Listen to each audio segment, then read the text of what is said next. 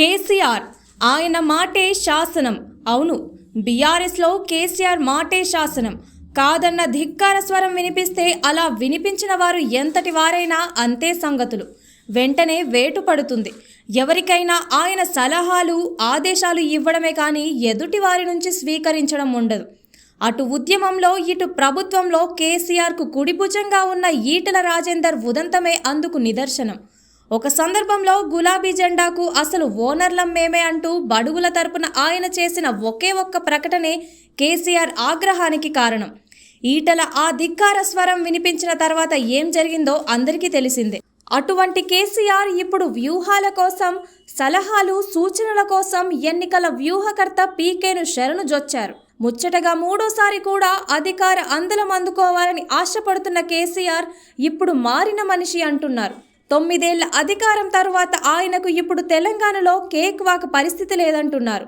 ప్రభుత్వ వ్యతిరేకత పుంజుకున్న కాంగ్రెస్ గెలుపుపై సర్వేల ద్వారా తెప్పించుకున్న నివేదికలు, చేస్తున్న హెచ్చరికలు, పరిశీలకుల విశ్లేషణలు, అన్నిటికీ మించి పార్టీలో పెరుగుతున్న అసమ్మతి, కన్నెర్ర చేస్తే కారు దిగి వెళ్ళిపోతున్న నేతలు, ఇలా ఎటు చూసినా గతంలోలా తన మాట చెల్లుబాటయ్యే పరిస్థితి లేదన్న వాస్తవం గ్రహించిన కేసీఆర్ తన స్టైల్ మార్చుకున్నారు.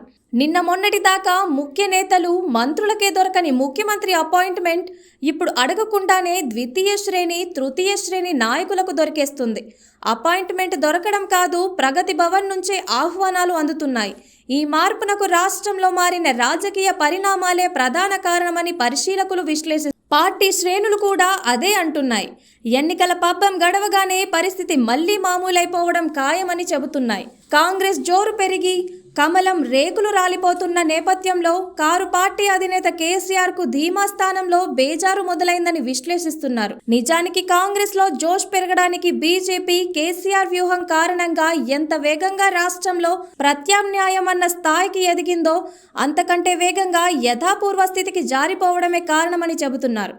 బీజేపీ గ్రాఫ్ అంత అకస్మాత్తుగా పతనం కావడానికి బీజేపీ బీఆర్ఎస్ రహస్య బంధాన్ని జనం అర్థం చేసుకోవడమేనని అంటున్నారు. రాష్ట్రంలో కాంగ్రెస్ ఈ 9 ఏళ్లుగా విజయాలకు మొహం వాచిపోయి ఉండడానికి కారణం క్షేత్రస్థాయిలో ఆ పార్టీకి కార్యకర్తల బలం, ప్రజాభిమానం, ఆదరణ లేకపోవడం కాదని, నేతల సఖ్యతలేమి, గ్రూపు తగాదాలే కారణమని విశ్లేషకులు తొలి నుంచే చెబుతూనే ఉన్నారు. ఇప్పుడు అంటే టీపీసీసీ పగ్గాలు రేవంత్ చేపట్టిన తర్వాత క్రమంగా తెలంగాణ కాంగ్రెస్లో ఆధిపత్య పోరుకు చుక్కపడింది.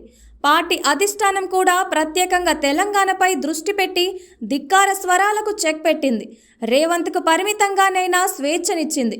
కర్ణాటక అసెంబ్లీ ఎన్నికల ఫలితాల తర్వాత 2 దఫాలుగా రాష్ట్రంలో అధికారానికి దూరంగా ఉన్న కాంగ్రెస్ నేతలలో కూడా తెలంగాణలో అధికారం అందని ద్రాక్ష కాదని అర్థమైంది.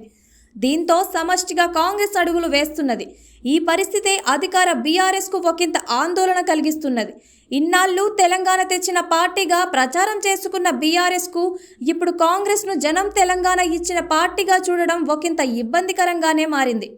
ఆ ఇబ్బందిని అధిగమించేందుకు కేసీఆర్ వ్యూహాత్మకంగా మిగిలిన పార్టీల కంటే ముందుగానే అసెంబ్లీకి పోటీ చేసే అభ్యర్థుల జాబితాను ముందుగా ప్రకటించేశారు.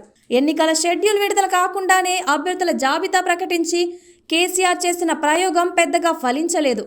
అసంతృప్తి, అసమ్మతి బగ్గుమన్నాయి. ఆ అసమ్మతి జ్వాలల తీవ్రతే బీఆర్ఎస్కు కాంగ్రెస్ ఎంత థ్రెట్గా మారిందన్నది ఎత్తి చూపింది.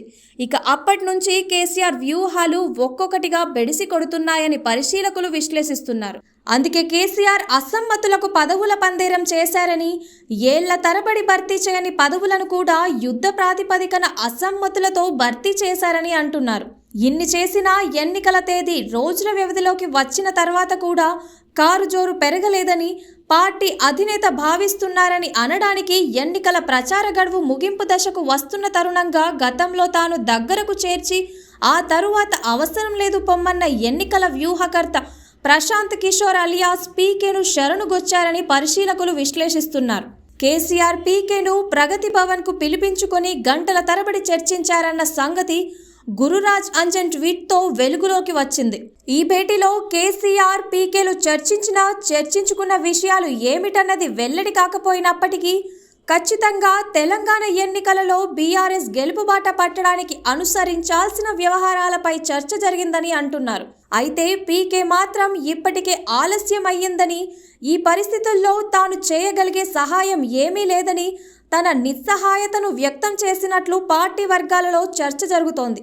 అయితే కేసీఆర్ మాత్రం ఈ 5-6 రోజులలో పటిష్ట వ్యూహాన్ని అనుసరించి వ్యతిరేకతను అధిగమించడానికి అవసరమైన సలహాలు, సూచనలు ఇవ్వాలని పీకేను కోరినట్లు తెలుస్తోంది. ఈ నేపథ్యంలోనే పోలింగ్కు ముందు వరకు బీఆర్ఎస్ అనుసరించాల్సిన వ్యూహాలపై పీకే కేసీఆర్ వివరించినట్లు చెబుతున్నారు. పీకే వ్యూహాలంటే కొత్తగా చెప్పుకోవాల్సిన పని లేదన్న సంగతి తెలిసిందే.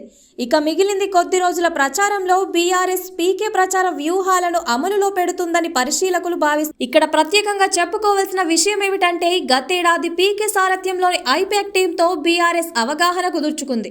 అయితే ఆ ఒప్పందం నుంచి బీఆర్ఎస్ అర్ధంతరంగా వైదొలిగింది. కేసీఆర్ కంటే పీకే గొప్ప స్ట్రాటజిస్ట్ ఏమీ కాదని, అందుకే ఐపాక్ తో ఒప్పందాన్ని వదులుకున్నామని బీఆర్ఎస్ నేతలు అప్పట్లో గొప్పగా చెప్పుకున్న సంగతి తెలిసి, అయితే అప్పట్లో కాంగ్రెస్ కోసం కూడా పీకే పనిచేయడం రుచించకే కేసీఆర్ పీకేను దూరం పెట్టారని పరిశీలకులు అప్పట్లో విశ్లేషించారు.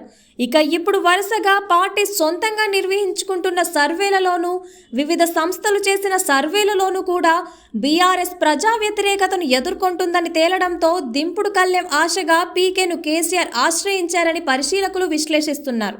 ఏదేమైనా ఆఖరి నిమిషంలో పీకే వ్యూహాలు ఫలిస్తాయా అంటే అనుమానమేనని అంటున్నారు.